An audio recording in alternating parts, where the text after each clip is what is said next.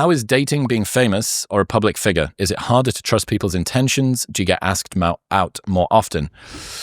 I mean, look, I'm not famous. I do think it's important to put that caveat in there that it's like niche, degenerate internet micro fame. But whatever level I've managed to get to, it certainly kind of gets in the way of people behaving normally around you, which is not great. Because, so for instance, I saw this with Rogan, right? If Rogan walks into a room, let's say we're in the mothership or whatever, and you're downstairs in Mitzi's, which is the bar attached to the mothership, and sometimes they close that off and just the comedians and their friends and family are in there.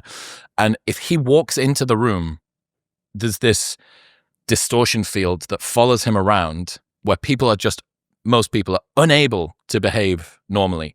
And it's wild to see what just very, very, very high levels of fame and status have. This odd warping effect on the way that people are able to show up and just be normal. And what that means is that if you're Joe, everybody must seem weird to you. Everybody must seem like they're being a little bit contrived or obfuscatory or disingenuous in some way. And maybe many of them are. And then some of them are just looking at you going like, holy fuck, it's Joe Rogan. Holy fuck, it's Joe Rogan. Holy fuck, it's Joe Rogan. And they're trying to hold it together and you don't know which one's which. And, in whatever micro niche equivalent it is for me, I guess that might be the same thing. That status and fame can be warping. And yeah, it is a little bit harder to trust people's intentions, not necessarily because you're skeptical, but because people in many ways just struggle to show up in a normal manner, that there's things that they could get from you, or they have a preconceived idea about the way that you want people to behave or whatever. And again, I'm fortunate, whatever period I'm in now is the perfect level of fame. People say hello once every 15 minutes on the street. If I'm in a gym, there'll be, 10 or 20 guys that'll come up and give me a fist bump and let me get back to my training session. It's really nice. And everyone's got cool stuff to say. And I don't need a fucking security or anything like that.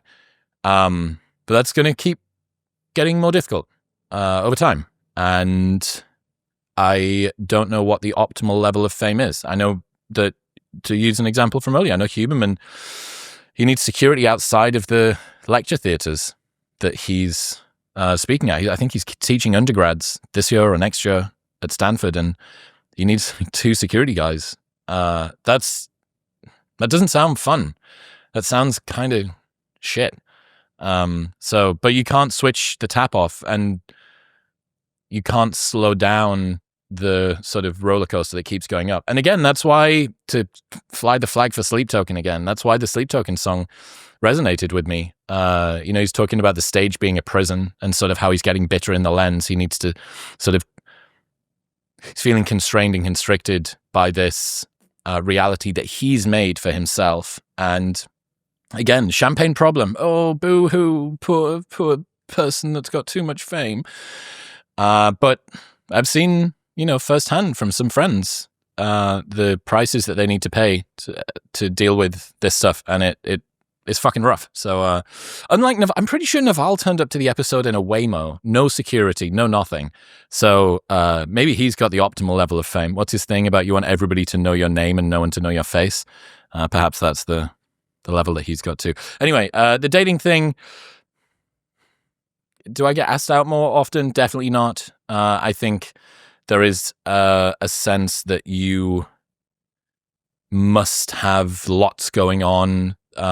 Even this happens with friends. Like, how many times would someone, if you were at an event, a pickleball party or something else, how many times would people invite you to go and do something afterward? But I think there's this metacognitive, I don't want to be the person that says to the person other people want to say things to, do you want to come to this thing after? Because that seems beggy, and that seems like people just get in their own heads. And I'm sure that it's the same for girls too. So yeah, I don't know. I'm not paying too much time trying to pay attention to that. Carter Valasa, as a fellow giant brow bone haver, I was wondering if you know where it comes from genetically. I took a DNA test, and it turns out I have more Neanderthal DNA than 99% of people. I heard you mention you had done one, so I was curious if you know what your Neanderthal percentage is. I do have a prominent brow. Thank you for reminding everyone about this. Let me see, how can I... So the problem... Oh, there we go. There we go. For the people that are just listening, I'm kind of using my forehead as a solar panel. Someone actually said put a petition on the podcast to make Chris's forehead into a solar panel. Someone else said that watching me and Mike Israetel talk was like seeing two alien head races meeting for the first time, which is very charming. And we did need to actually change the lighting setup previously because it had a grid on the big key light that I've got here, had a grid on it, and it was just forming a perfect sort of reflective surface in the middle of my forehead. All of that is to say, the DNA test that I did just looked at pairs of alleles. It wasn't a 23andMe or an ancestry.com. So I actually don't know that number. I think I know everything else about my genetics except for that. And whether I'm mostly Irish or French or something. So I should do that. I would hazard a guess that I do also share in a high percentage of Neanderthal DNA. What I do know about the brow ridge for men is that the reason it seems men have got bigger brow ridges than women is that it would be protective if you were in a fight. Same reason, bigger knuckles, bigger hands. These are your weapons. This is your defense. So I don't know if you're suggesting that I, like you, am a high percentile Neanderthal descendant. Does that mean, Carter Valasa, that me and you are the descendants of men that were punched in the head a lot but survived? I'm not sure if that is the lineage that I want to be a part of.